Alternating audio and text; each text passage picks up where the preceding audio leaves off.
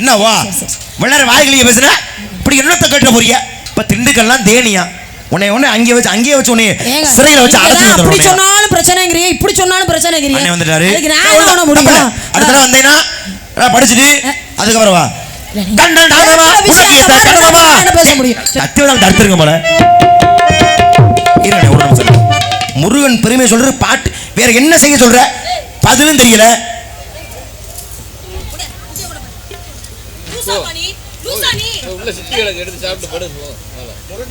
இதுக்கு முன்னாடி என்ன பால்வாடி டீச்சராக இருந்தியா நீ? பதில்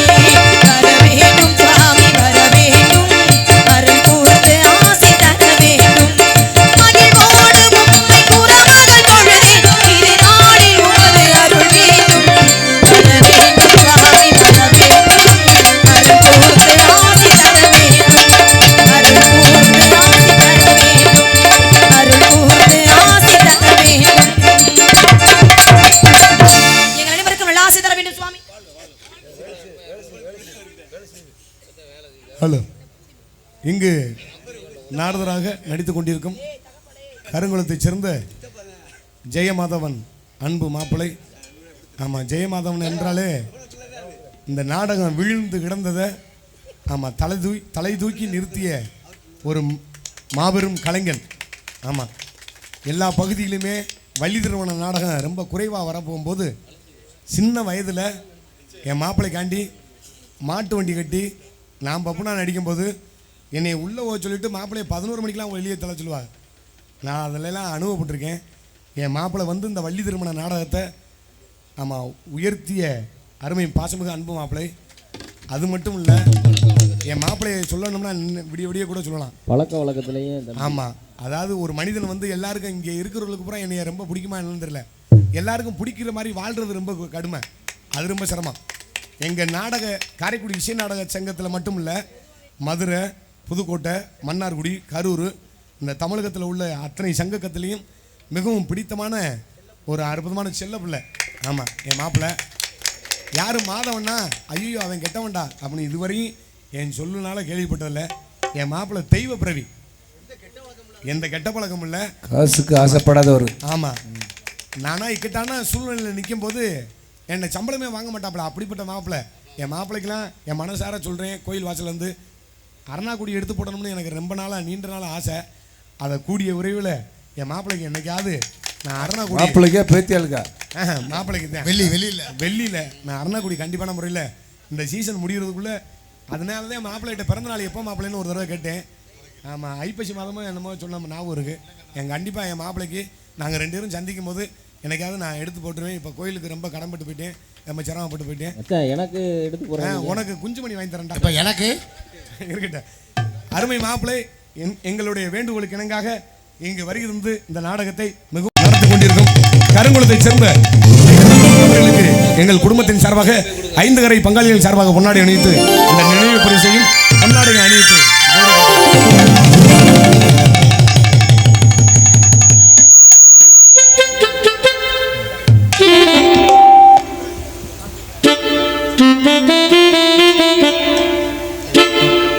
வாணியகுடியை சேர்ந்த அன்பு அண்ணன் சரவணன் நாரதராக நடித்துக் கொண்டிருக்கும் அருமை மாப்பிள்ளை ஜெயமாதவன் அவர்களுக்கு 101 ரூபாய் அன்பளிப்படுத்தி பெருமிடுத்துள்ளார். அன்பில் விளங்கி கௌரவப்படுத்திய அருமை மாமா நாடக அமைப்பாளர் வாணியங்குடி சார்ந்த சரவணன் மாமா அவர்களுக்கு மனமார்ந்த நன்றி மற்றும் வந்தவர்களை வரவேற்று கௌரவிக்கும் விதமாக நினைவு பரிசு வழங்கி வாழ்த்துறை வழங்கிய எனது உயிரினை மேலான என் அன்பு மாமா தன்ராஜ் மாமா ஆகச்சிறந்த கலைஞர் அப்படின்றதுல யாருக்கு எந்த மாற்று கருத்தும் கிடையாது. ஆனால் இந்த நாடகத்தில் நடிக்கிறோம், இணைந்து நடிக்கிறன்றதை தவிர்த்து ஒரு சிலரை பார்த்து தான் நம்ம வாழ்க்கையிலையும் அது போன்ற ஒரு குணங்களை நம்ம கற்றுக்கணும் அப்படின்னு தோணும். அது மாமா அவர்கள்ட்ட எல்லாத்தையும் நல்ல பேர் வாங்குறது, எல்லாருக்கும் ஆமா தாய் போட்டால் வாங்கிட்டு போயிடலாம். ஆனால் நிறைய பேர் சொன்னால் மாமாவை பிடிக்காது அப்படின்னு. காரணம் என்னென்னா, மாமாட்ட நான் பார்த்த அநேக பேர்கிட்ட இல்லாத ஒரு நல்ல விஷயம், அது எவ்வளவு தான் நெருக்கமான ஒருவராக இருந்தாலும் கூட அவர் தப்பு பண்ணிட்டா மூஞ்சிக்கு நேரம் நீ பண்ணுற தப்புடான்றார். ரொம்ப பிடிக்காத பேச்சுவார்த்தை இல்லாத ஆளாக இருந்தாலும் கூட சரித்தேன், நல்ல விஷயம் சொன்னால் அவன் சரியாக பேசுகிறான்டா அப்படின்னு அவர்களை பாராட்டு வழங்குவார். அப்படி அது போன்ற ஒரு நல்ல குணங்களை மாமாட்டிருந்து கற்று அதை என் வாழ்நாளையும் நான் அதை கொண்டு சேர்க்கணும்னு மாமா பார்த்து இவ்வளோ விஷயம் கற்றுக்கிட்டேன். அப்படிப்பட்ட என் அருமை மாமா, என்னுடைய வாழ்க்கையின் வழிகாட்டியாக வழங்கக்கூடிய தன்ராஜ் மாமா அவர்கிட்டருந்து இவ்வளோ வாழ்த்துக்களை பெற்றது உண்மையில் அது மிகப்பெரிய ஒரு பரிசு பெற்றது சமானம். இந்த நல்ல வாய்ப்பினை வாரி வழங்கிய இந்த விழாவினை நடத்தக்கூடிய அத்தனை அன்பு இதயங்களுக்குமே 5 நிலை பங்காளிகள் மற்றும் இந்த விழாவை நடத்தக்கூடிய அத்தனை அன்புள்ளங்கள், நாடக கலை உலகின் கலைவாணராக இருக்கக்கூடிய என் அன்பு மாமா தன்ராஜ் மாமா அவருடைய குடும்பத்தாரர்களுக்கும் என் சார்பாக, எனது குடும்பத்தாரர் சார்பாக இந்த மாபெரும் மேடையிலே என்னுடைய சிறந்தாழ்ந்த நன்றியும் வணக்கத்தையும் தெரிவித்துக் கொண்டு, பெரிய சாதனையுடைய நிகழ்த்து காட்டாவிட்டாலும் உங்கள் உள்ளமெல்லாம் புண்படாத வகையிலே இந்த கதையிலே எனதுக்கான சிறிய பணியை தொடர்பு என்பதை தெரிவித்துக் கொண்டு கதையை தொடங்கி நன்றி வணக்கம். கோவிலரை சேர்ந்த எம் மணிகண்டன் பிரியா அவர்கள் இங்கே தம்பி நாரத நடிக்கும் அன்பு மருமகன் ஜெயமாதவனுக்கு 500 அன்பளிப்பாக வழங்கியிருக்கின்றார்கள். அரியாங்கோட்டையை சேர்ந்த மூனா ராமநாதன் அவர்கள் இங்கு நாரதராக நடிக்கும் அருமை மாப்பிள்ளை ஜெயமாதவன் அவர்களுக்கு 101 ரூபாய் அன்பளிப்படுத்தி பெருமிடுத்துள்ளார்கள். இங்கு வலையொலியில் பதிவு செய்து கொண்டிருக்கும் கோயம்புத்தூரிலிருந்து வருகை தந்துள்ள அன்பு அண்ணன், இது உங்கள் ஊர் நம்ம யூடியூப் சேனல் அன்பு அண்ணன் சார்பாக இங்கு அன்பு மாப்பிள்ளை மாதவன் அவர்களுக்கு 201 ரூபாய். வள்ளிக்கா? ஆமாம், லட்சுமி வள்ளியாக நடித்து கொண்டிருக்கும் லட்சுமிக்கு தானே? லட்சுமி அவர்களுக்கு காசு நிறையா வச்சிருப்பாரு போலடா அண்ணே. மாப்பிள்ளை கொடுக்க எடுத்துட்டு வராரு, தப்பா சொன்னார். இங்கு வள்ளியாக நடித்து கொண்டிருக்கும் லட்சுமி அவர்களுக்கு 201 ரூபாயும், நாரதராக நடித்து கொண்டிருக்கும் அன்பு மாப்பிள்ளை ஜெயமாதவன் அவர்களுக்கும் 201 ரூபாயும். ஆமாம், அன்பு யூடியூப் சேனல் அன்பு அண்ணன் கோயம்புத்தூர், இது எங்கள் ஊர், இது உங்கள் ஊர் யூடியூப் சேனல் அன்பு அருமை என்ஆருக்கு நன்றி மற்றும் நிதிஷ் கேட்டரிங் சர்வீஸ் கொல்லங்குடி சார்ந்த அருமை அப்பா அவர்கள் சார்பாக ரூபாய் 100 அன்பளிப்பு மற்றும் 500 வழங்கி கௌரவப்படுத்திய கோவிலை சார்ந்த அன்பு உள்ளங்கள் மணிகண்டன் பிரியா அன்பு குடும்பத்தாரர்களுக்கும் மனமானது சிறந்த நன்றி நன்றிகளது வணக்கம் வணக்கம் வணக்கம். அன்பளிப்படுத்தி அன்பு அன்னார் அவர்களுக்கு எனது சார்பாகவும் நான் சார்ந்த கலைக்குழுவின் சார்பாக நன்றி நன்றி நன்றி. சிறப்பான வரவேற்பு, காலதாமதம் காரியத்திற்கு ஆகையினாலே அற்புதமான வரவேற்பு வழங்கி உங்களுக்கு நான் என்னால் என்ற வரை நல்ல ஒரு வாழ்த்துக்களை வழங்கி கதைக்கு செல்ல வேண்டும், வாழ்த்துக்களை வழங்க வேண்டும் என்ற எண்ணம் இருந்தாலும் என்னதான் உங்களை வள்ளியாக உங்களுடைய அண்ணன் அறிமுகப்படுத்தியிருந்தால் என் கண்களுக்கு அந்த மதுரை அரசாலும் அன்னை மீனாட்சி கிளையாக என் கண்களுக்கு தோன்றக்கூடிய காரணத்தால் உங்களை அன்னை மீனாட்சியாக நினைத்து ஒருமுறை வாழ்த்தி கதையை தொடரலாம்.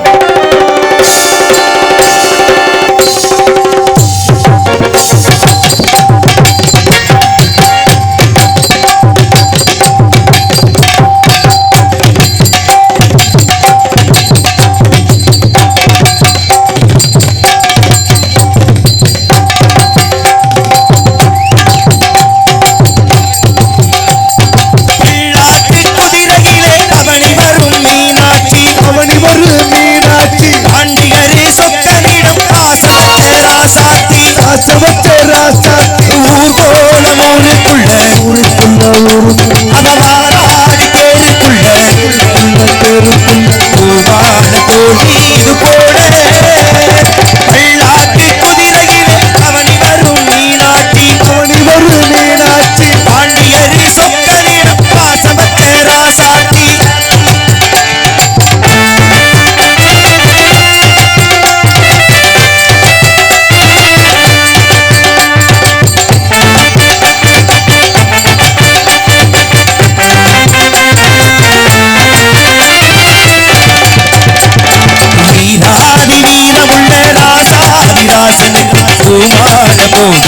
திருநாளு ஒரு பூந்தேறு பூட்டி வரும் திருநாளு வீராதி வீரமுள்ள ராசாதி ராசனுக்கு பூமால போடுகிறது திருநாளு ஒரு பூந்தேறு பூட்டி வரும் திருநாளு மாறாத அன்பு வச்ச மகராசி மறையாத எண்ணம் வச்ச மீனாட்சி ஊரோடும் பேரோடும் உறவாடும் ஒரு காட்சி மனசும் மனசும் இணைய ஒரு நாள் திருநாள் புறப்படும் வெள்ளாட்டு குதிரையிலே அவனி வரும் மீனாட்சி பாண்டியரு சொக்கனிடம் பாசமற்ற ராசாத்தி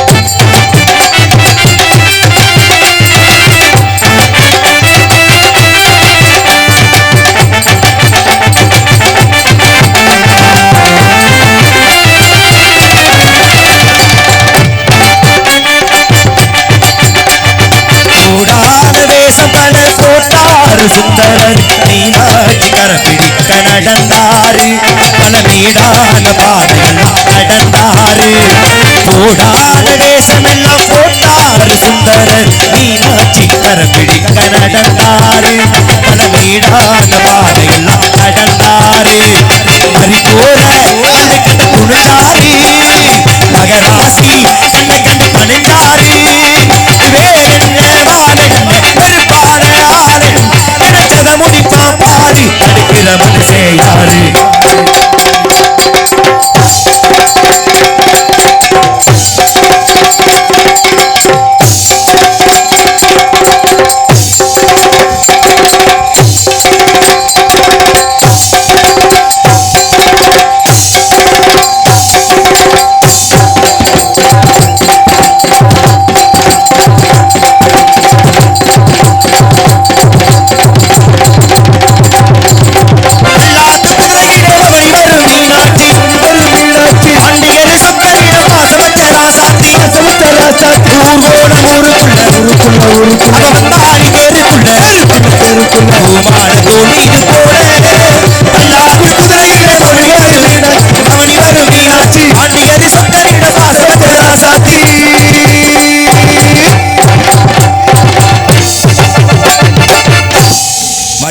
மகளை வாழ்க.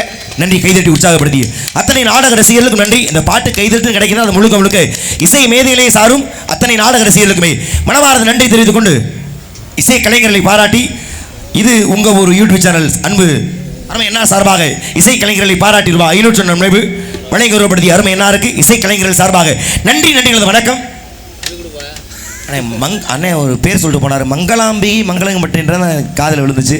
சரியா பாடும்போது அன்னை 101 அன்பழி வழங்கி மேடையேறி வந்து அன்பழி வழங்கி சென்றார். அருமை என்னாரும் இருக்குமே மனமார்ந்த நன்றி. நன்றிகள் வணக்கம். ஆகினாடி இசைக்கலைஞர்களை பாராட்டி அன்பழி வழங்கிய கோயம்புத்தூர்லேருந்து வந்து இங்கே வலைதளத்தில் பதிவு பண்ணி கொடுக்கக்கூடிய அன்பு அண்ணாவர்களுக்கு நன்றி. நன்றி வணக்கம். நன்றி. வெள்ளியம்மா, உன்னை பற்றி விவரங்களை நிறைய கேள்விப்பட்டிருக்கேன் கதை முறைப்படிய. ஆனால் அப்படி கேள்விப்பட்டதான் உன் வாயிலாக உன்னை பற்றிய ஒரு சில விவரங்களை, ஒரு சில நிறைய விவரம் கேட்கணும்னு ஆசை இருக்கு. ஆனால் அதுக்கெல்லாம் எதிராளிகிட்ட இருந்து பதில் வருமா அப்படின்ற சந்தேகம் அதை விட அதிகமாக இருக்கு. அதனால விவரங்கள் கேட்டா பதில் சொல்ல தயாரா இருக்கியா? அப்படி என்ன விவரம் கேட்க போறீங்க? இதுக்கு இது பதில் இல்லையே, வேற என்ன பதிலாகும்? சாமி கேளுங்க சாமி, ஏதோ என்னால் இயன்றவரை, என் அறிவு கெட்டியவரை, என் சிற்றறிவு கெட்டியவரை பதில் சொல்றேன் அப்படின்னா அது நாகரிகமான பேச்சு, ஒரு வள்ளி பேசுற பேச்சு. சரி, அதனால சவடாலா அப்படி என்ன கேட்பீங்கன்னா அது என்ன அர்த்தம் புரியல எனக்கு. என்ன பெருசா என்ன கேட்ட போறீங்க? வானத்துல இருந்து குதிச்சா வந்து ஏதோ கேள்வி கேட்க போறீங்களா? ஏன் நீ என்ன வானத்தை மண்ண பொளந்துட்டு வந்து வெளியே வந்து பேசிட்டு இருக்கியா? அதாவது ராமாயணம் மகாபாரதம் இத பத்தி தானே பேச போறீங்க. அதனால எனக்கு நீ சட்டம் போடாது. ராமாயணம் பேசணும், மகாபாரதம் எனக்கு நீ சட்டம் போடக்கூடாது. எதை வேணா பேசுவேன். உன் வேலை என் கேள்விக்கு பதில் சொல்ற மட்டும்தான். அப்படி என்னத்தை கேட்ட போறீங்கன்னா சரி, அப்படி என்னதான் கேட்க போறீங்க கேளுங்க. அவ்வளவு சவடால பேசுறதுக்கு என்ன, அவ்வளவு என்ன சவடால கேக்குறேன் உனக்கு? இல்லங்க, நான் எதுக்காக கேட்டேன்னா நம்ம கதைக்கு உட்பட்டு கதைக்கு அப்பாற்பட்ட விஷயம்னு ஒன்று இருக்கா இல்லையா? நான் எதை வேணா கேட்பேன். நீ ராமாயணம் கேட்கணும்னா இல்ல சீவக சிந்தாமணி கேட்கணும் என்ன நீ சொல்லக்கூடாது. நான் எதை வேணா கேட்பேன். உன் வேணா பதில் சொல்றது மட்டும்தான். சரி, அப்படின்னா நீங்க ஏன் சவடால இந்த வார்த்தையே வருது? அப்படி என்ன கேப்பீங்க? சரி, அப்ப விவரத்தை கேளுங்க, பதில சொல்றேன். அதோட நிப்பாட்டு சாமி, கேளுங்க. நீங்க அப்படி என்ன பேச கூடாது. அப்படியே நிப்பாட்டு, இப்படியே நிப்பாட்டல நீங்க சொல்ல கூடாது. சபைக்கு எந்த பேச சரியா இருக்குமோ அந்த பேச நீ பேசணும். நான் ஒண்ணு தவறா ஒண்ணு பேசலையே. ஒரு நாரதர் கேக்குறேன், அப்படி தானே அதுவே கேட்டேன். தப்பு தானே? எது எடுத்து தப்புங்கிறீங்க? அப்படி என்னத்தை கேட்க போறீங்கன்னா ஏங்க என்ன கேட்க போறீங்கன்னா ஒண்ணு கதைக்கு உட்பட்டு கேட்பீங்க, இல்ல கதைக்கு உட்பட்டு ராமாயண மகாபாரதம் இதைத்தான் பேச போறீங்க. நீ பேசுறது ரெண்டு விதமா நான் நினைக்கிறேன். ஒண்ணு அப்படிலாம் எதுவும் கேட்டாதீங்க, கதை நடத்துங்க அப்படின்ற மாதிரி. இன்னொன்னு அப்படி என்ன வேணும் கேளுங்க, என்கிட்ட படிச்ச விவரம் இருக்கு, என்னால பதில் சொல்ல முடியும் பாருங்க. நான் வந்து பேசுறேன் அப்படின்னா நான் படிச்சிருக்கேன், கற்ற கல்வி மீது தன்னம்பிக்கை இருக்கு, அதனால நான் திமிரா பேசுறேன். இதுல என்ன இருக்கு? ஓ, நீங்க கற்ற கல்வி பேசும்போது தைரியம்னு ஒண்ணு வேணுமுங்க. நம்பிக்கை இருக்கலாம், நம்பிக்கை இருக்கலாம், நம்ம மேல திமிரு இருக்க கூடாது. திமிரு கிடையாது. எதுக்கு நாரதட்ட பேசுற பேச்சாது தன்னம்பிக்கை. நாரதட்ட பேச முடியுங்கிற தன்னம்பிக்கையில நிக்கிறேன், அதனால பேசுறேன். அதுக்காக நேரம் ஆயிடுச்சு, கதை பாட்டு கூட பாடாம நேரம் விவரம் கேட்கற மாதிரி எடுத்து வந்தேன். சாமி விவரம் கேளுங்க, நான் சொல்ல தயாரா இருக்கேன். அது வேற, அது நம்பிக்கை. அப்படி என்னத்தை கேட்ட போறீங்க அப்படின்னா சரி கேளுங்க. கிள்ளுக்கிறியா வந்து நிக்கிறாங்க, என்ன கேட்க போறீங்க கேளுங்க. எல்லாம் திருந்துறதுக்கு நான் 80 வருஷம் இந்த வாய்ப்பு இல்ல. மண்டகன இருக்குன்றப்ப அதை மாத்த முடியாது. சரி விவரம் வாசிருக்கான் பாப்போம். யார் நீ முதல்ல? நீ அவ்வளவு அப்படி என்னத்தான் கேட்க வரீன்றீல, நான் கேட்கிறேன், நீ பதில் சொல்லு. சரி, இதுக்காக நான் மட்டும்தான் கேட்பேன் சொல்ல மாட்டேன். திருப்பி நீ 1000 கேள்வி வருது கேட்பேன், கேட்காம இருப்பேன். நான் தயாரா இருக்கேன். ஒண்ணு பஞ்சாயத்துல. இப்ப உன் பேர் என்ன? வள்ளி. அப்பா பேரு? நம்பித்தலைவன். அம்மா பேரு? நங்கை மோகினி. நாடு? தொண்டை நாடு. எந்த நாட்டுக்கு இல்லாத தன்மை தொண்டை நாட்டு கொண்டு? இதைத்தானே கேட்கறதுக்கு தானே இவ்வளவு துடிச்சிங்க. இதை விட்டு வேற என்ன விஷயம் பேச போறீங்க? பேர் என்ன, ஊர் என்ன, எந்த நாடு, இதைத்தானே கேட்க போறீங்க. அஸ்திவாரம் போடாம கட்டறத கட்ட வச்சுக்கவே, அது 1000 மாடி கட்டறமா இருந்தாலும் பொசுக்கு நிக்கல வந்துரும். ஆமா, அஸ்திவாரம் எதுக்கு போட்டு ஆரம்பிக்கணும். ஆமா, எடுத்துட்டு போய் பெரிய கேள்வி கேக்குறீங்களா? என்னால முடியாது இல்ல. ஆனா முதல்ல இதுக்கு உனக்கு பதில் தெரியுதான்னு தெரிஞ்சுக்கணுமா இல்லையா? இதெல்லாம் ரொம்ப அதிகம். இது கூடவா தெரியாம வந்து நிப்பாங்க. ஆள் இருக்கு, நீ எப்படின்னு பாப்போம். நாடு என்ன நாடு? தொண்டை நாடு. தொண்டை நாடு இதுதான் தொண்டை நாடு. இப்ப மதுரைனா இதுதான்ப்பா, பாண்டி நாடு இதுதான்ப்பா. மதுவட்டி சந்தை அன்பு சகோதரர்கள் விஎம் குரூப்ஸ் அன்பு நண்பர்கள் சார்பாக ரூபாய் 101 நன்மொழி உலகை கௌரவப்படுத்திய மதுவட்டி விஎம் குரூப்ஸ் அன்பு நண்பர்களுக்கு நன்றி, நன்றிகளது வணக்கம். நாடு தொண்டை நாடு சொன்னா பத்தாது, இது நாடுக்கான எல்லை இதுதான். தெரியுமா உனக்கு? எல்லா கேள்விக்கும் இந்த நிப்பாட்டி முறைக்கிறது, சவடால பாக்குறது. சரியா? பதில மட்டும் சொல்லு. மேற்கு பவளமலை, வேங்கடம் நேர்வடக்கம், ஆர்க்கும் உவரி அணிகிழக்கம், பார்க்குள் தெற்கு பினாகம். இதுதான் தொண்டை நாட்டோட எல்லை. இந்த லட்சணத்தை வச்சுக்கிட்டு அப்படி இன்னொரு தனியா கேட்டு கிழிச்ச போறீங்க. ஏன் இப்ப நீங்க என்ன கேட்டீங்க? கேட்டதுக்கு தானே பதில் சொல்றீங்க. இதெல்லாம் வாத்தியார் வள்ளிக்கு பாடம் கொடுக்கும் போதே தொண்டை நாடு இதுதாமா, இதுக்கு எல்லை இதுதாமான்னு எழுதி கொடுத்துருவாங்க. தின்னதை வாந்தி எடுக்கிற மாதிரி படிச்சது ஒப்பிக்கிறதுக்கு நீ வரல. நீங்க என்ன கேட்டீங்க? தொண்டை நாட்டோட எல்லை என்னமான்னு கேட்டீங்க, அதைத்தானே சொன்னேன். கவியை யார் கேட்டா உன்னைய? அப்புறம் கவி நான் உன்னை கேட்டேனா? கவி சொல்லணும் உன்னை கேட்டனா? இல்ல. எல்லைனா என்ன? இதுதான் எல்லைன்னு. இப்ப நீ சொன்ன மேற்கே பவளமலை, வேங்கட நேர்வடக்கு, ஆர்க்கும் அணிகளுக்கு, பாலுக்கு உயிர் இருக்கு பிளாய். இது என்னென்ன இடம்னு யாராச்சும் ஒரு ஆளை சொல்லு. நீ சொன்னது யாருக்காவது புரிஞ்சுச்சு? இன்ன ஊர் தான் எங்க இல்லை சொல்லு. புரிஞ்சுதா சொன்னது? சொல்லு. யாருக்காவது புரிஞ்சதா நான் சொன்னது? இல்லை, புரியலையாமே. அப்ப அந்த லட்சணத்துல போய் பேச்சு. இல்ல என்னது உங்களுக்கு புரிஞ்சதா? என்ன புரிஞ்சா? நான் சொன்ன விஷயம் உங்களுக்கு புரிஞ்சதான்னு கேட்டேன். கவி யார் வேணும் சொல்லலாமா? அது வாத்தியார் பாடம் கொடுத்துருவாரு. நீங்க தானே. அப்ப உங்களுக்கு புரிஞ்சா பத்தாதா? அப்படியா? எனக்கு புரிஞ்சா பத்தாது இல்ல. அப்ப நீ உங்களுக்கு புரிஞ்சா பத்தாது. அப்ப நீ சொல்லு. அவங்களுக்கும் புரியணுமா இல்லையா? ரசிகர்களுக்கான நாடகம் நடிக்க வரல. ஏன் இவ்வளவு அவசரப்படுறீங்க? ரசிகர்கள் நான் முக்கியத்துவம் நினைக்க மாட்டேன். அவசரப்படுறீங்க. உங்களுக்கு மட்டும் புரிஞ்சாதானே அவங்களுக்கு புரியணும். ஏன்னா புரியலைன்னு சொல்லிட்டாங்க. அப்ப அதுக்கு நான் விளக்கம் சொல்லணுமா இல்லையா? அப்ப புரியலைன்னு சொல்றாங்கன்னா அதை திருப்பி நான் சொல்றாங்க, அறிவு இருக்கணும்ல. ஆமா, நாடு இதுன்னு சொல்லிட்டேன், எல்லை இதுன்னு சொல்லிட்டேன். இன்னைக்கு அது என்ன இடமா இருக்கு? இன்னைக்கு என்ன இடமா இருக்கு அப்படின்னா மேற்கு பவளமலை அப்படின்னு சொல்றோம். மேற்கு பவளமலைனா திருப்பத்தூருக்கு பக்கத்துல ஒரு மலை இருக்கு இல்லையா? குன்றக்குடியா? குன்னக்குடியா? வேற திருப்பத்தூர் பக்கத்துல வேற எந்த மலைமா இருக்கு? திருப்பத்தூர்னா இங்க மேலூர் திருப்பத்தூர், அதை சொல்லலங்க. வேலூர் மாவட்டம் இருக்குல்ல திருப்பத்தூர், அந்த திருப்பத்தூர் நான் சொல்லிக்கிட்டு இருக்கேன். சிவகங்கை மாவட்டத்தில் இருந்துகிட்டு நீ திருப்பத்தூர்னா யார் வேலூர் மாவட்டத்தை நினைப்பாங்களா? சொல்லாம தெளிவா சொல்ல வேண்டியதானே வேலூர் மாவட்டம் திருப்பத்தூர்னு. அப்படி பார்த்தா பக்கத்துல பவளமலைங்கிறது இங்கேயா இருக்கு? கிடையாது இல்ல. வேலூர் மாவட்டத்தில் இருக்கக்கூடிய திருப்பத்தூருக்கு அருகாமையில் இருக்கக்கூடிய மலை என்ன சரிங்களா? அதான் ஜவ்வாது மலை என்று சொல்லக்கூடிய மலை தான் இப்போ நம்ம ஜவ்வாது மலைன்னு சொல்றோம். ஆனா அது ஆரம்ப காலகட்டத்தில் என்னவா இருந்தது? பவளமலையாக இருந்தது. அதான் மேற்கே பவளமலை. வேங்கடம் நேர்வடக்கம். வேங்கடம்னு சொல்லும் போதே தெரியாது என்ன ஊர் அப்படின்னு. ஆந்திர மாநிலத்தில் இருக்கக்கூடிய திருப்பதி, திருவேங்கடம் அப்படிங்கிறது திருப்பூருடைய அது ஒரு பகுதி, அது ஒரு எல்லை. அடுத்து ஆர்க்கு மூவரி, அது தென்பெண்ணை பாலாறு. அதுக்கப்புறம் கேட்டது எங்களுடைய தொண்டை நாடு.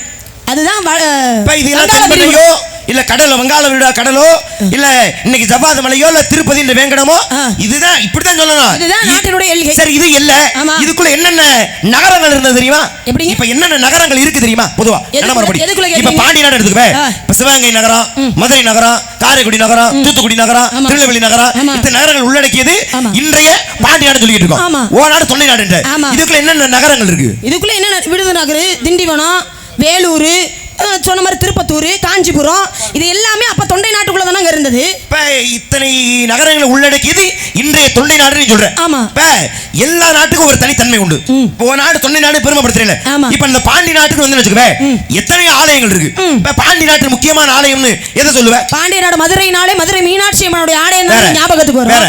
என்னங்க? வேற.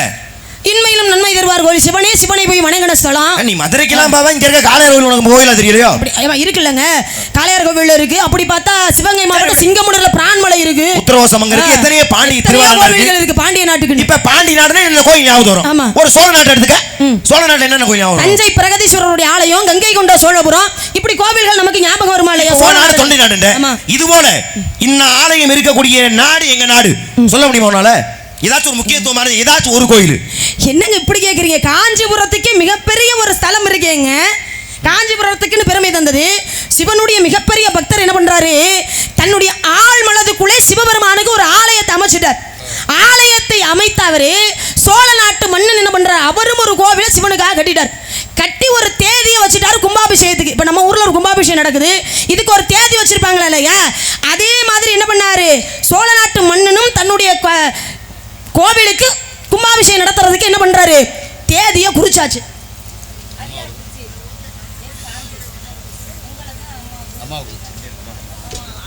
அரியாங்குறிச்சி சந்த அருமை அம்மா எஸ் எஸ் சாந்தி அம்மாள் அவர்கள் சார்பாக சரி ஆளுக்கு 700 ரூபா இருக்கா? மொத்தமா 700 800 ரூபா இருக்குமா? சரி.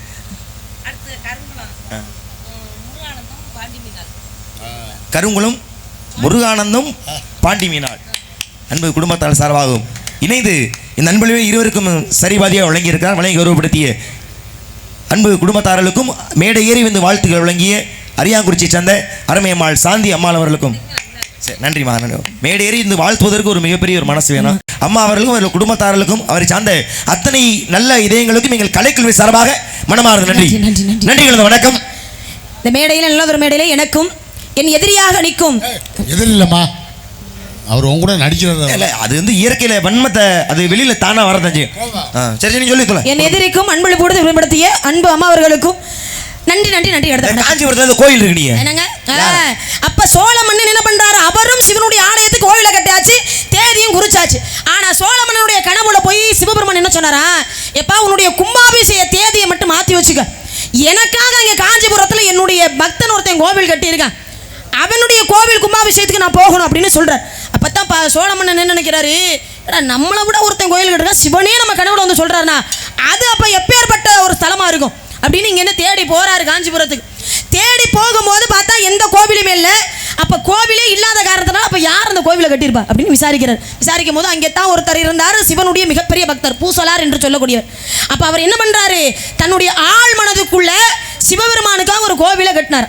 மனசுக்குள்ள மணிமண்டபம்னா இப்படித்தான் இருக்கணும், கருவறைனா இப்படித்தான் இருக்கணும், மடப்பள்ளினா இப்படித்தான் இருக்கணும் அப்படின்னு தன்னுடைய ஆள் மனதுக்குள்ளே சிவபெருமானுக்காக கோவிலை கட்டினார். அப்பேற்பட்ட பூசலார் கட்டிய கோவிலை பார்த்த நினைச்ச இந்த சோழ மன்னன் என்ன நினைக்கிறாரு, நம்மளை எப்படி மிகப்பெரிய பக்தனா இருக்காரு, அப்ப அவர் எப்படியெல்லாம் ஆள் மனதுக்குள்ள தெய்வத்துக்கு ஒரு கோவிலை கட்டணும்னு நினைச்சாரோ அதே வடிவத்துல காஞ்சிபுரத்துல சோழ மன்னன் ஒரு கோவிலை கட்டினார். அது முதல் ஆரம்பத்தில் சோழ நாட்டுக்குள்ள தான் இருந்தது. சோழ நாட்டில் இருந்து பிரிக்கப்பட்டதான தொண்டை நாடு. அப்ப காஞ்சிபுரம் தொண்டை நாடா மாறிடுச்சு. அப்ப காஞ்சிபுரத்தில் இருக்கக்கூடிய காஞ்சி ஏகாம்பரேஸ்வரர் என்று சொல்லக்கூடிய ஆலயம் மிகப்பெரிய ஸ்தலம் இல்லையா? ஒரு கோயில் கட்டுறது சாதாரண விஷயம் இல்ல. நம்ம இந்த கோயில் கட்டுறதுக்கு எவ்வளவு பாடுபட்டிருக்கான்னு அவங்களுக்கு தான் தெரியும்.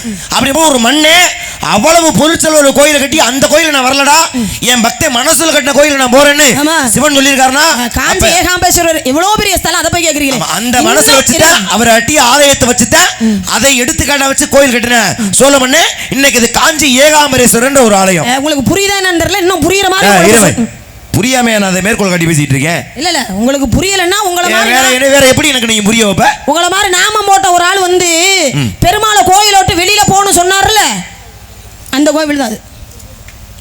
டேய், உனக்கு இந்த வாயில கொழுப்பு ரொம்ப அடைச்சு போச்சுன்னு நினைக்கிறேன். ஏன்? ஒரு நல்ல ஒரு விஷயம் சொன்னேன், நான் ஒருபோதும் அதை மறுக்காம அதை ஏத்துக்கிட்டு நான் பேசிக்கிட்டு இருக்கேன்.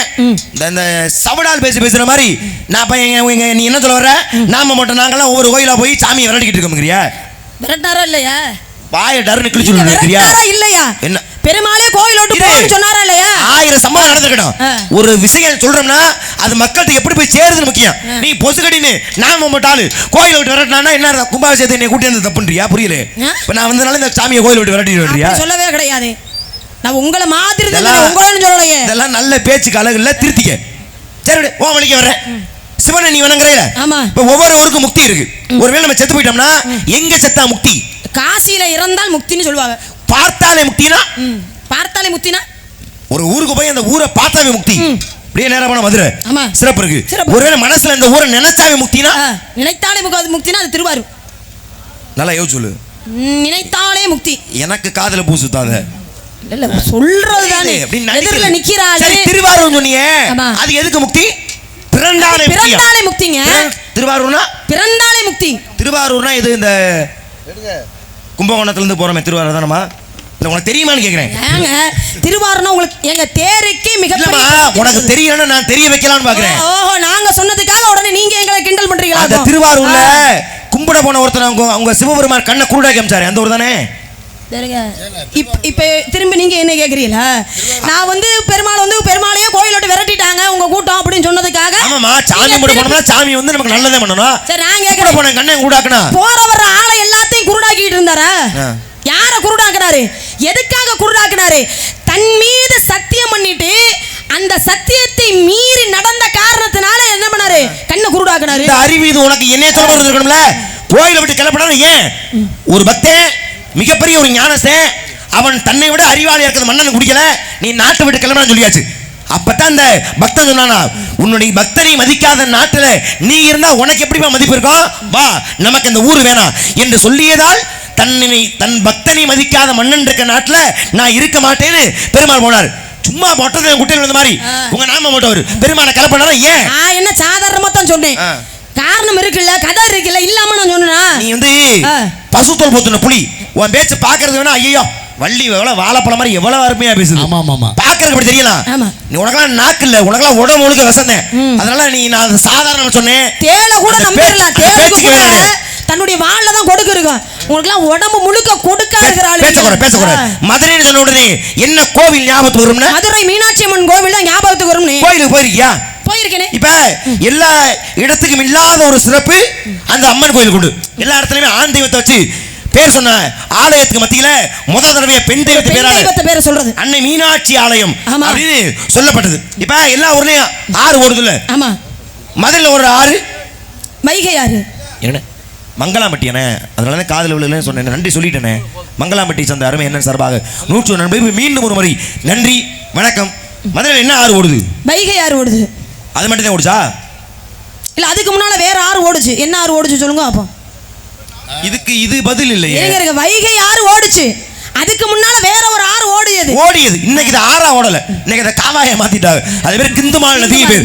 ஆரம்ப காலகட்டத்துல அதெல்லாம் கேள்விட ஏன் வாயை புடிங்க நீங்க பதில் சொல்லுவீங்களோ? நீங்க கேட்கும்போது நான் திருப்பி கேட்க மாட்டேனா? சரி, அப்படியா? இப்ப மதுரையில நதி இருக்கு, ஆறு இருக்கு, கடல் இருக்கா? மதுரையில எதுங்க கடல் இருக்கானா? ஒண்ணு இருக்கும் இல்ல. நீ தான் ரொம்ப வானத்தை குதிச்சிட்டியே, அப்படி என்னத்தை கேட்ட போறிய? கேட்டாலதானே நீ. கடல் கிடையாது, கடலை வர வச்சாங்க. இப்ப கடல் இருந்திருக்கு மதுரையில, வர வச்சாங்க. வந்துச்சுன்னா இப்ப இருந்துச்சுன்னு அர்த்தம். சரி இருங்க, இருந்துச்சுனே வச்சுக்குவா. கடல் வந்து மதுரைக்கு வந்தது. கடல் நீரை வத்த வச்சது யாரு? கடல் நீரை வத்த வச்சது யாரு? புரியல. வந்து என்ன காம நேரம் கூட ஆகல உனக்கு, அதுக்குள்ள அவசரமா? சந்திச்சதே 4 மணிக்கு தான் சந்திச்சோம். அது ஒன்றும் பிரச்சனை. அப்புறம் இத்தனை பேரை போட்டிருக்கீங்க, எல்லாரோட திறமையும் காட்டணுமா இல்லையா? இல்லை எல்லாம் தொழில் பண்ணணும் எல்லாருமே. எல்லாரும் தான் கலந்து பேசி பண்ணிக்கிட்டு இருக்கோம். அப்புறம் நீ அன்பளிப்பு கொடுப்போது யோசிச்சிருக்கணும், நல்ல மனசு இல்லையே அன்பளிப்பு கொடுக்குறாரு. சரி, இடத்துல போகுது. ஆமாம், ஏன் மதுரை மதிக்கு கடல் வந்தது அப்படின்னா காரணம் இருக்கா இல்லையா? ஏன்னா மதுரை மீனாட்சிக்கு திருமணம் நடந்துருச்சு. திருமணம் நடந்து முடிஞ்சதுக்கு அப்புறம், அதாவது அதாவது மீனாட்சி அம்மனுடைய தாய் இருக்காங்களா காஞ்சனமாலை, அவங்க என்ன நினைக்கிறாங்க, தன் கணவனோடு சேர்ந்து 7 கடல்ல மூழ்கி தன்னுடைய மோட்சத்தை அடையணும்னு நினைக்கிறார். ஆனா கணவர் உயிரோட இல்ல, மலையத்து பூஜை இறந்து போயிறார்.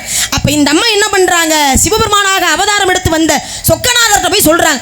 சொல்லும் போது சொக்கநாதராக இருந்த சிவபெருமான் என்ன பண்றாரு, தன்னுடைய மனைவியினுடைய தாயினுடைய ஆசையை நிறைவேற்றணுங்கிறதுக்காக மறுபடியும் மலையத்து பூஜை வர வச்சு 7 கடலையும் மதுரைக்கு கொண்டு வந்து 2 பேரையும் கடலிலே மூழ்க வைத்து மோட்சம் கொடுத்தாராம் சிவபெருமானாக இருந்த சொக்கநாதர். மாமனார் மாமியார் கரம் பிடித்து கடலில் நீராடி புண்ணியம் சேர்க்க வேண்டும். புண்ணியம் சேர்க்கணுங்கிறதுக்காக பண்ணாரு. சரி வந்துச்சு, வந்ததுக்கு நினைவா ஏதாவது சான்று இருக்கணுமே, இங்க இதுதான் வந்துச்சு அப்படின்னு. அதனால தானே மேலமாசி வீதிக்கு பக்கத்துல எழுகடல் தெருன்னு ஒண்ணு இருக்கு தெரியுமா? பேர் சும்மா வருமா, கடலே வரலனா பேர் வந்திருக்குமா? அப்ப 7 கடலையுமே எம்பெருமான் சிவபெருமான் மதுரைக்கு அழைத்து வந்தார். அதன் நினைவாகவே இன்னைக்கு எழுகடல் வீதின்னு ஒரு தெருவே இருக்கு. அப்ப சிவபெருமான் கடலை வர வச்சாருல, அதே சிவபெருமான் கடல் தண்ணியை வத்த வச்சாரு. சிவன் கடல் தண்ணியை வத்த வச்சாரு. யார் மூலமா? குலக்கடவுள் முருகப்பெருமான் மூலமா. சரி, சிவன் அவதரிச்சாரு என்ன பேரோட? சொக்கநாதராக. சக்தி அவதரிச்சா என்ன பேரோட? மீனாட்சி அம்மன். இருவருக்கு பிள்ளையாக முருகப்பெருமான் அவதரிச்சாரு உக்கிரபாண்டி என்ற பேரோட. இந்த உக்கிரபாண்டியன் மதுரை அரசாடுகிற பொழுது 99 யாகம் நடத்திட்டார், அசோகன யாகம். இன்னும் ஒரு யாகம் பண்ணிட்டா இந்திரபதி வணங்குவார். பார்த்தார் இந்திரன், ஆகா நம்ம வேலைக்கு வேட்டு வைக்கிறேன் என்று நினைத்த இந்திரனே வருணனை ஏவி, வருணன் தானே தண்ணியின் கடவுள், கடல் நீரின் கடவுள் அவர் தானே, போய் மதுரை அழியா என்று சொன்ன உடனே அதை ஆணைக்கிணங்க வருணே மதுரை அழிப்பதற்காக அப்படி சுனாமி மாதிரி பொங்கிட்டு வர்றேன். அப்பதான் சிவபெருமான் தன்னுடைய மகனாகப்பட்ட முருகப்பெருமான், அதாவது உக்கிரபாண்டிய முருகப்பெருமான்ட்ட நான் உனக்கு கொடுத்த 3 ஆயுதத்துல அந்த வேல் இருக்கே, அந்த வேளால் இக்கடல் அலையை அடக்கு என்று ஆணையிட்டாராம் சிவபெருமான். அப்படி சிவன் ஆணையிட்டதுனாலதான் எம்பெருமான் முருகப்பெருமான் தன் வேளால பொங்கி வந்த கடல் அலையை வற்ற வைத்து அவனை உயிருக்காக மண்டாட வச்சாராம். அப்ப மதுரை அழிப்பதற்காக பொங்கி வந்த கடல் அலையை அடக்கி அந்த கடல் நீரை வத்த வச்சது யாருன்னா முருகப்பெருமானாக தோன்றிய உக்கிரபாண்டியன். ஏத்துக்கிறியா? சரி, இப்ப நதி வைகை நதி உருவாக்குனது சிவபெருமான். ஆனால் உருவாக்குன சிவபெருமானே அதே வைகை நதியை வெள்ள பெருக்கெடுத்து ஓட வச்சாரு. ஆமா, தன்னுடைய பக்தனுக்காக. பக்தனுக்கு ஒரு இன்னல் வந்தா சிவபெருமான் பொறுத்துக்கிட்டு இருப்பாரு. ஒரு பக்தனுக்காகனா எனக்கு பேச்சு கிடையாது. பக்தனா யாரு பேரு? நீங்க சொன்னீங்களே சோழ நாட்டுக்கு என்ன எத்தனை கோவில் இருக்குன்னு, ஒரு கோவில மறந்துட்டு ஆவடியார் கோவில். சோழ நாட்டுல இருக்கா? புதுக்கோட்டை மாவட்டம் தானங்க. புதுக்கோட்டை மாவட்டம் சோழ நாட்டுல வருதா உனக்கு? புதுக்கோட்டை தஞ்சாவூர் எல்லாம் அப்படிதானங்க வரும். வெள்ளார் ஆவடர்கள் பக்கம் வெள்ளார் ஒண்ணு, அந்த வெள்ளார் தான் பாண்டி நாட்டுடைய எல்லை. ஆவடியார் கோவில கட்டினாரு மாணிக்க வாசகர். ஆனா ஒரு விஷயம் கிடையாது, சொல்ல விட மாட்டேன். ஆவடர்களை தாண்டி தான் வெள்ளார் ஓடுது. ஆவடியார் கோவில் இருக்குல்ல, அந்த ஆவடியார் அஜய் நீ அந்த ஏரியா அந்த பக்கத்துக்காரன் தானே? ஆவடர்கள் கோயில ஊருக்கு அந்த பக்கம் தான் வெள்ளார் ஓடுது. அந்த வெள்ளார் தான் பாண்டி நாட்டு எல்லை. நீ ஏன் காதுல பூசத்தை பத்தியா கொஞ்ச நேரத்துல சோழ நாடுன்னு? காரைக்குடியில இருந்து போங்க, ஆவடியார்களுக்கு முன்னாலே வெள்ளார் வந்துரும். காரைக்குடியில போனா ஆவடர்களுக்கு முன்னாடி வருதா? ஆமா. நாளைக்கு காலையில முதல்ல ஆராய்ச்சி நடத்துறோம். சரி, நீ கதைக்கு வா. ஒரு வழியா ஒரு ஆளை குழப்பியாச்சு, பேசாம நில்லுங்க, இதையே யோசிச்சுக்கிட்டு இல்லைங்க. அந்த ஆவடியார் கோவிலை கட்டின மாணிக்க வாசகர் என்று சொல்லக்கூடியவருக்காக என்ன பண்ணாரு, வைகை நதியை பெருக்கெடுக்க வைத்தார் சிவபெருமான். ஏன் அப்படின்னா குதிரை வாங்கிட்டு வாடான்னு கொடுத்து விட்டாரு பாண்டிய மன்னன் பொற்காசுகளை கொண்டு வந்தவர். இங்க வந்து ஒரு கோவிலை கட்டி விட்டார். கோவிலை கட்டின காரணத்தினால குதிரை வாங்கிட்டு வந்த காசை கோவிலை கட்டிட்டியடா அப்படின்னு தண்டனை கொடுக்கணுமா இல்லையா? அப்ப என்ன பண்றாரு, சுடு மணல்ல வெயில்ல காய போட்டார் ஆளை, உடம்புல துணி இல்லாம. ஆத்து மணல் எவ்வளவு சூடு, நெருப்பா இருக்குமா இல்லையா? அப்ப அதுல தன்னுடைய பக்தனுக்கு இப்படிப்பட்ட தண்டனை கிடைச்சது தனக்கு கோவில் கட்டின காரணத்துக்காக, அப்படிங்கிறதுக்காக வைகை நதியை பெருக்கெடுக்க வைத்தார். அப்ப ஒண்ணு பஞ்சாயத்துல சரி, யாரு வணங்கி காவலுக்கு வந்திருக்க? முருகனை வணங்கி எம்பெருமான் முருகப்பெருமானை. இப்ப நீ பேசுறது எல்லாமே மீனாட்சி அம்மன் ஆலயத்தை பத்தி. ஏன்னா இங்க நடந்த 64 நிறைய பேசணும் ஆசை தான், நேரம் காலம் கிடையாது. அதை பத்தி ஒண்ணு எல்லாமே. ஏன்னா இத்தனை நடிகர்ல போட்டு நாடகம் வைக்கணும்னா பொதுவாக வைக்கணும்னா ஒரு 2 லட்சம் ஆயிரும். இத்தனை பேர் வந்திருக்கோம்னா எங்கள் மாமா தன்ராஜ் மாமாவோட அன்புக்காக பாசத்துக்காக அவ்வளோ ஆக சிறந்த நல்ல மனிதர், மகிழ்ச்சி சந்திச்சதுல இருக்கட்டும். இருந்தாலும் இப்போ மதுரை சொன்ன பார்த்தியா, நீ என்னைய குழப்பிட. நீ எதுக்கு நீ காரைக்குடியிலிருந்து ஆவடர்கள் போறதுக்கு நீ அறந்தாங்கி போய் வந்தேன்னா அப்படித்தான் வர முடியும். நீ எதுக்கு அந்த வழியா போற? ஏப்ரல் வழியா குறுக்க புகுந்து போ. என்னைய குழப்பிட்டே போறதுலயே இருங்க நீங்க. ஆமாமா, அப்படி பார்த்தா அது பாண்டி நாட்டுக்குள்ளதாமா வரும். வெள்ளாறுதான் எல்லை. நான் குழம்பல, நீ குழம்பிடாத. சரி, இப்ப பாண்டி நாடு பத்தி பேசுறீல, மதுரை தானே பாண்டி நாடு தலைநகரம். மதுரையோட எல்லையை சொல்லு. மதுரையோட இல்லையா? நீ தான் என்ன கேட்க போறீ? என்ன எதை வேணா கேட்பேன். சரி, மதுரைனா என்ன? இங்கிட்ட தெற்க பக்கம் போனோம்னா தேனி, இங்கிட்ட வடக்கு பக்கம் போனோம்னா திண்டுக்கல், அந்த பக்கம் போனோம்னா இப்ப நம்ம சிவகங்கை நிக்கிறதா. இது நீ இப்ப சொன்ன பத்தியா பதிலு, இது இப்படி விட்டுறாத. நம்ம கும்பாசையம் ஊத்துவாங்கல்ல, கோபுரத்துல எழுதிட்டு நீ பக்கத்துல உட்காந்துக்க, காரி துப்பட்டும். உனக்கு முருகனை மாப்பிள்ளை சொல்றீங்க, எனக்கு புரியல. மாப்பிள்ளை பெருமை சொல்றீங்க. ஏங்க, இந்த எல்லை வெட்ட, மதுரையினுடைய- இந்த லட்சணத்துல நீங்க அப்படி என்னத்தை கேட்ட போறீங்க? மதுரையினுடைய எல்லையை தானே சொன்னீங்க. ஆமா, அதைத்தான் சொல்லிக்கிட்டு இருக்கீங்க. யாருக்கும் தெரியாது. பாவம் நாடகம் பார்க்குற யாருக்கும் வடக்கு பக்கம் திண்டுக்கல் இருக்குது, கிழக்கு பக்கம் சிவகங்கை இருக்குது, யாருக்கும் தெரியாது. நீ தான் புதுசாக கண்டுபிடிச்சு சொல்லியிருக்க. வேற என்ன கேக்குறீங்க? எல்லையை கண்ணன் நானமா உனக்கு ஏத்த கடமமா சேர்ந்து வாழ்ந்து பாரமா வெள்ளி தங்கமே அவனுக்கு இல்லை, அவனுக்கு இல்லை, அவனுக்கு இல்லை, அவனுக்கு இல்லை, அவனுக்கு இல்லை. என்ன அவசரமா? இதுக்கு மேல போனா வாணிகுடி சரணமாமா கள்ள விட்டு இருந்தாலும் எரிவார் நினைக்கிறேன். எப்பயா வெங்கடேச விடுவேன்னு ஐயோ, அவர் நாடகமே உள்ளதே சகல பார்க்க உட்காந்துருக்காப்புல, நல்லா கண் குளிர பாத்துக்கு. என்ன இப்ப வர மாட்டாரு, அவர் வேடன் சீனுக்கு தான் வருவாரு. ஆமா, முருகனை வந்து கலிதாசன் அவர் இல்ல. அப்ப நீங்க போய் தூங்கிட்டு அவர் வேடன் சீன் 6 மணிக்கு வந்து அவசரம் இல்ல. இரு, என்ன? நான் நீ அவர் வர்ற பாக்குற, அது எனக்கு பிரச்சனை இல்லை. பாட்டை பாடுறேன், முருகனுடைய சிறப்பு சொல்லி இப்பதான் வரணும். அடுத்த மாமா முத்துகிருஷ்ண மாமா பாக்குறதுக்கா இருங்க, நீங்க பாருங்க, ஆளு வேண்டாம்னு தயாரா சொல்லல. காத்துக்கிட்டு இருக்காங்க. நான் ஒரு விஷயம் சொல்லி இருக்கேன், அதை மறுத்துப்புட்டு நீங்க பேசினா சரி, மறுக்கிறதுக்கு- பேசணும். மறுக்கிறதுக்கு வேலை இல்லை. என்னது? உன் பதில் வந்து ஓரளவு ஏத்துக்கிற மாதிரி கூட பரவாயில்ல. பதில் தக்க முழுவதுமே தற்குறித்தனமா இருக்கு. இப்ப இதை போய் நான் எங்கிட்ட மறுத்தா எனக்கு அசிங்கம். மதுரைக்கு தெற்கு பக்கம் தேனி கிடையாது, அந்த பகுதி எங்க அதானுங்க இல்ல. அடா, அம்மா நீ சொல்றது புவியியல் கூற்றுப்படி. இப்ப நான் முன்னாடி கேட்ட மாதிரியா, ஏமா எல்லை நியமா அது இன்னைக்கு மக்களுக்கு எப்படிமா புரியும்? அதுக்கு வேணா நீ இப்படி சொல்லிருக்கலாம். நம்ம பேசுறது மக்களுக்கு புரியுற மாதிரி சொன்னீங்க. காதுல வாங்கி பேச, அவசரப்படாம காதுல வாங்கி பேசணும். இப்ப நம்ம பேசுறது எல்லாமே திருவிளையாடல் புராணம். ஆமா, கடலை வத்த வச்சதோ, கடல் நீரை பொங்கி வர வச்சதோ, 7 கடலை புராணம் பேசுறதுக்கு அப்புறம் நான் மறுபடியும் நடைமுறை இறங்குறேன். நான் உன்னோட நடைமுறை கேட்கவே இல்லையே. சரி, வேற என்ன கேக்குறீங்க? புரியல. இந்த லட்சணத்துல உனக்கு சாந்தியமா 350 ரூபா அன்பளிப்பு வேற. ஏன் நீங்க மட்டும் நான் சும்மா இருந்தீங்க, உங்களுக்கு தானே கொடுத்தாங்க. நான் ஒண்ணு பதில் தப்பா சொல்றேன். அப்படி நான் ஒண்ணு தப்பா சொல்றேன். 500 ரூபாய் சொல்லையா வாங்குனீங்கல்ல? தெரியலன்னா பஞ்சாயத்து இல்ல, கத்தாத. நான் கதையை எடுத்து போயிடுறேன். எப்படிமா கண்டுபிடிச்சு? தெற்கு பக்கம் தேனி இருக்கா, வடக்கு பக்கம் திண்டுக்கல் இருக்கா, சிவகங்கை இருக்கா. அது வந்து நீ நடைமுறைப்படி சொல்ற. திருவடியாட புராணம் படிச்சிருக்கியா? திருவடியாட புராணத்தை எல்லையாக உனக்கு இன்னும் எடுத்து கொடுக்குறேன். படிச்சா வேணா யோசிச்சு சொல்லிக்க. ஒரு பசுனா பால் கறக்காம இருக்குமா? கறக்கும். கறவாத பசு பார்க்க முடியுமா? பார்க்க முடியாது. அது ஒரு எல்லை. பிளிராத யானையை பார்க்க முடியுமா? பார்க்க முடியாது. அது ஒரு எல்லை. பார்க்க முடியும், அது ஒரு எல்லை. ஒருவேளை பாம்புன்னா படம் எடுத்து சீரணும், சீராத நாகத்தை பார்க்க முடியுமா? பார்க்க முடியாது. பார்க்கலாம், அது ஒரு எல்லை. குயில்னா கூவாம இருக்குமா? குயிலா கூவிதானா? கூவும். ஆனா கூவாத குயில், அது ஒரு எல்லை. இதுதான் பாண்டி நாட்டு எல்லை திருவடியார புராணத்துப்படி. ஓ, நீ அப்படி சொல்றீங்க. என்னவா வெள்ளார வாய்களையே பேசுற? இப்படி என்னத்தை கேட்ட போறிய? இப்ப திண்டுக்கல்லாம் தேனியா, உன்னை அங்கே வச்சு உன்னை சிறையில வச்சு அடைச்சு வந்துடுறோம். அப்படி சொன்னாலும் பிரச்சனைங்கறியே, இப்படி சொன்னாலும் பிரச்சனைங்கறியே. அண்ணே வந்துட்டாரு. அதுக்கு நான் என்ன பண்ண முடியும்? அடுத்த நாள் வந்தேனா படிச்சிட்டு அதுக்கப்புறம் வா. கண்ணன் நாகமா உனக்கு ஏத்த கடமமா பேச முடியும். சத்தியவதான் தடுத்துருங்க போல. இருங்க ஒரு நிமிஷம். முருகன் பெருமை சொல்ற பாட்டு வேற என்ன செய்ய சொல்ற? பதிலும் தெரியல.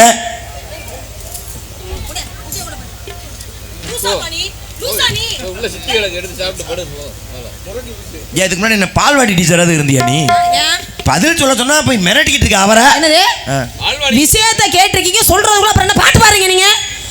பெரிய அப்படியே எஸ்பிபி கேச்ச ஜேசுதாஸ்.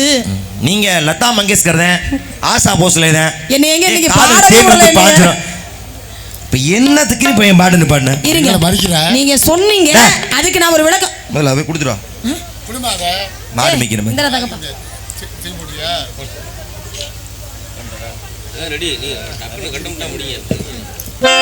சொல்லுங்க, இப்ப சொல்லுங்க. சொல்லுங்களா. கறக்காத பசுவை பார்க்க முடியுமா? கறவா பசு, பிளிரா யானை, சீரா நாகம், கூவா குயில். நான் பட்டுன்னு பதில் மட்டும் சொல்லிடுறேன். கறக்காத பசு, ஆனால் கறக்காமல் இருந்தது பசு. ஒரு நேரத்தில் அதுக்கு ஒரு கதை இருக்கு, அதுதான் பசுமலை என்று சொல்லக்கூடிய இடம். அடுத்து நீங்க சொன்னீங்க பிளிராத யானை. பிளிராமல் யானை இருக்குமா? யானைன்னு ஒன்று இருந்தால் பிளிரத்தான் செய்யும். ஆனால் பிளிராமல் இருந்தது யானை, அதுக்கு ஒரு கதை இருக்கு, அது ஆனமலை என்று சொல்லக்கூடியது. பாம்புன்னா ஆனமலை, யானமலையா? ஆனமலைனா நீ பொள்ளாச்சி போகணும். யானமலைனா ஆனமலைங்க. யானமலை காதுல விழுகுதா இல்லையா? என்ன விழுகுதா? அண்ணே இதுல கொஞ்சம் வாலி மேத்துங்க, நல்லா இருக்கு. நான் வந்தால பாக்குறேன், அவர் மைக்கு மட்டும் நல்லா ஏத்தி சொல்லுமா. இவர் அந்த மைக்கு நல்லா இருக்கு. ஹலோ நல்லா ஏத்துங்க. அளவு கெட்டன முடிச்ச வள்ளியை என் வாழ்க்கையில பார்த்ததே இல்லை. ஹலோ கொஞ்சம் ஏத்தி வச்சாரு, அது உனக்கு பொறுக்கல. வேணா எடுத்து வேணா வைக்க சொல்லு, மொத்தமா வாங்கி போக சொல்லு. எர்த்த அந்த அளவுக்கு பதில் சொல்லு. எடுத்து வைக்க சொல்ற அளவுக்கு மோசமானவள கரண்ட வச்சிருங்க, மொத்தமா பசு கொட்டுங்கிறேன். ஒரு வழியா போடும். சீராத நாகம், அதான் நாகமலை. இப்படி 4 எல்லை இருக்கு சுவாமி. இதை நீங்க ஆரம்பத்துல கேட்டா சொல்ல போறேன் நானு. அதுதான் சொல்லணும். வள்ளி பேச மட்டும் அதுதான் சொல்லணும். லட்சுமி டவுன் நான் கேட்கல. பாருங்க, நீங்க அப்படி பேசணும், அப்படி பேசணும், அப்படிங்க உங்க சார்ஜ். இப்ப பாட்டு பாருங்க. மறக்க முடியுமா? நாகமலை உசலம்படி போற வழியில இங்கிட்டு யானைமலை, மேலூர் வர வழியில நாகமலை. பசுமலை இங்கிட்டு. அப்ப எல்லா பக்கமும் எல்லையா இருந்தா தானே. ஆமா. ஆனா ஏன் நாகமா வந்துச்சு, ஏன் யானையாச்சு, எல்லாத்துக்கும் ஒரு கதை இருக்கு. காரணம் இருக்கு. இப்ப பாடுங்க பாட்டை. இரம் பாட்டே வேணாம். அம்மா நீ 9 தடவை பாட்டுன்னு பாடுவ. வேலை இல்ல, இல்ல. நான் பாடு இது பாடணும். 4 எல்லைக்கு ஒவ்வொரு காரணம் இருக்குல்ல. இதை நான் உங்கள்ட்ட கேட்டிருப்பேன். ஏற்கனவே நேரம் ஆயிருச்சு. இப்ப இந்த கதையை பேச ஆரம்பிச்சோம்னா அப்புறம் நீங்க ஒண்ணு கேட்பீங்க, நான் பதில் சொல்லி அப்புறம் திருப்பி நான் ஒண்ணு கேட்பேன். பதில் வேணும்டியா இல்ல எப்படி? என்னங்க நீங்க சொல்ற பார்த்தா ஐயோ நீ காப்பாத்தி கொண்டு வர மாதிரி. சரி விடுங்க, நான் பாவம் 4 ஒரு மானை சொட்டுக்கு ஒரு சோறு பதம். ஒரு 500 சொடையா வர கொண்டாந்து உனக்கு ஒரு கொடுத்தாங்க. சின்ன விஷயம் சொல்றேன். முதல்ல சொல்லிருந்தேன் பசுமலை சொன்ன பாத்தியா, முருகன் சொன்ன பாத்தியா, உக்கிர பாண்டியன்னு. ஆமா. அப்ப அவருக்கு மகனா பிறந்தாரு விக்ரம பாண்டியன். அவர் அரசாட்சி காலத்துல ஒரு சமணர்களால் ஏவப்பட்ட பசு மதுரையவே அழிக்க வருது. அப்பதான் எம்பெருமான் சிவபெருமான் அந்த விக்ரம பாண்டியன் இடத்துல ஆணையிடுகிறார். அப்படி ஆணையிட்டதுனால எம்பெருமான் ஈசன் மனமிறங்கி சிவனுடைய வாகனம் என்ன, காலமாடு. நந்தி கூட இருக்கா, ஆமா. அந்த நந்தி அனுப்ப. நந்தினா காலை தானே. அங்க வந்து பசு இந்த காளையை பார்த்து மயங்கி நிக்க அடிச்ச அடியில வீழ்ந்தது பசு. அப்படி பசு நந்தியால் வீழ்ந்ததாலதான் பசுமலை. அது மாதிரி நாகமலைக்கு அழகர் மலைக்கு ஒரு பானை சோறுக்கு ஒரு சோறு போதும். திருவாயை முடுங்க. ஒரு விளக்க சொல்லிருக்கீங்க. ஊரை கட்டிக்கிறியா? இப்ப பாட்டு பாடுங்க. முடியாது. மாப்பிள்ளை பேர் சொல்லி ஜென்மத்துக்கு பாடு பாட மாட்டேன். அள்ளி பகல்ல மீது அவஸ்தகை விடுத்து அவனையோ பலகீனமசனை மடுத்து சொல்லும் பையன தவவேடம் பொழிந்து வந்தவரி பூமியில் தோற்று புகழும் நாரதர் கைவரிசை செல்லாத உனக்காக நான் சொன்னேன் கோயில சின்னவே உனக்கு உனக்குள்ளாத பாடிய தேர்வுதானே சொல்லும் எனக்கு பறிந்து கொண்டு இசைக்க வந்தது போதும் பிறப்புலத்தில் இங்கே நீ ஓடும் கைவரிசை செல்லாத வேறொரு வரமில்லை வேதனையின் சொந்தம் ஆறுமுகனை அதுவே வரமானது சொல்லும் கேளவா குட்டி கொடுப்பது கோத்திரத்தின் முறையோ ஒட்டமை சொல்ல வந்து உமக்கு நான் கரிய கைவரிசை செல்லாத அறிவில மனச்சிறுமியே இன்று மாலை சூரிய அஸ்தமனத்துக்குள்ளாக உனக்கும் என் மாப்பிள்ளை முருக பெருமானுக்கும் திருமணம் செய்து வைக்காவிட்டால் என்பது என் ஆறுதலும் அல்ல, இது பிரம்ம முடிச்சுமல்ல, இதுவே என் சத்தியம். உன்னை ஒருவன் திருமணம் செய்யாமல் உன்னை இன்று மட்டுமல்ல என்று முன்னை சாமி ரொம்ப கோபமா போறாரு. ஆத்தை விட்டா சீனை கிழிச்சிருவார் போல இருக்கு. போச்சு அவ்வளவுதான். ஆமா அப்பா விடியறக்குள்ள கல்யாணம்பா. எல்லாரும் கல்யாணத்துக்கு வந்துருங்க. நானும் போய் கல்யாணத்துல ஏற்படலாம் பண்ணமாலையா?